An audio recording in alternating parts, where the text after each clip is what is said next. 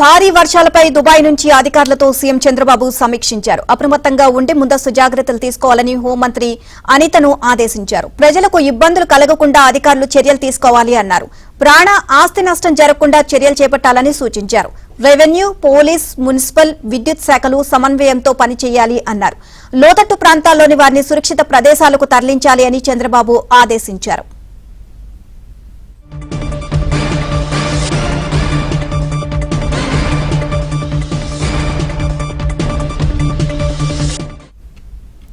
దక్షిణ కోస్తా రాయలసీమలో ఇప్పటికే కంట్రోల్ రూమ్లు ఏర్పాటు చేసినట్లు అధికారులు సీఎంకు తెలిపారు. కాల్వలు, చెరువు గట్లను పటిష్టపరచాలి అని అధికారులకు సీఎం సూచించారు. అంటువ్యాధులు వ్యాపించకుండా వైద్య శిబిరాలు ఏర్పాటు చేయాలి అన్నారు.